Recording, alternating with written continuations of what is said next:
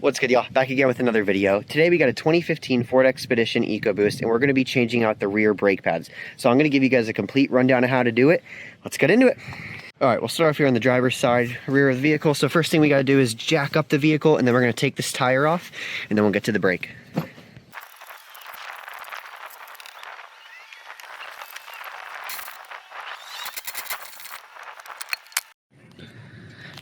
All right, so now with the tire off, right here and right here where my finger is, there are two caps that I just took them off. And then what we're gonna do is you're gonna need a 7mm, which I didn't have one, so I just went to the store and got one, a 7mm hex, and it is going to go into those two areas like I just showed you guys, and then the caliper will come off and we can get access to our brake pads. So I'm gonna do that now and I'll show you guys.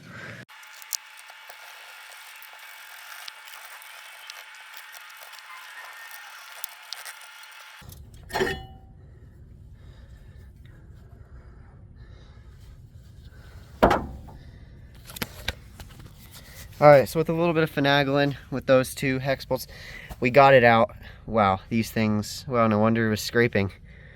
I'm sure you guys are going to roast me in the comments. That's really bad. Wow. But it's out now.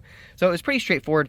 And this process will be the same for the other side and then also the fronts. The only difference with the front is instead of hex bolts, it's actual like bolts themselves. Like I think it's a 13mm on the fronts and then just the 7mm hex on the rears.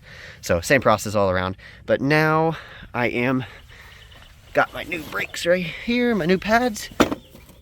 So I'm gonna open these up, match them with these ones, and then you need a C-clamp to push the caliper back in.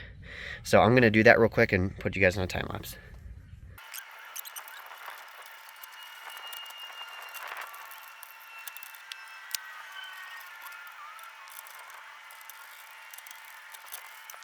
I finally got that off. Now we can just take the caliper out and replace it with the new one. Pops out. This one just clamps back in, and then this one, same deal, just clamps right back in. All right, now that we got it back on, we are just going to slide this.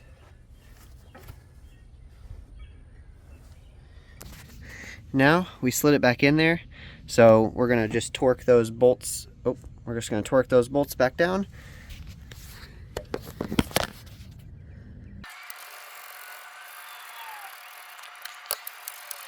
All right, now I got them clamped down pretty good, so we're just gonna put these little caps back in where they go. And now it is all set, good to go.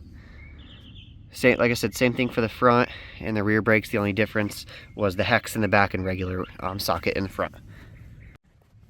Alright guys, now all you gotta do is just put the tire back, put the jack back, put the tools back, and y'all are good to go. The cool thing is, because we did not have to take the caliper, or the brake line off, we don't have to bleed them or anything.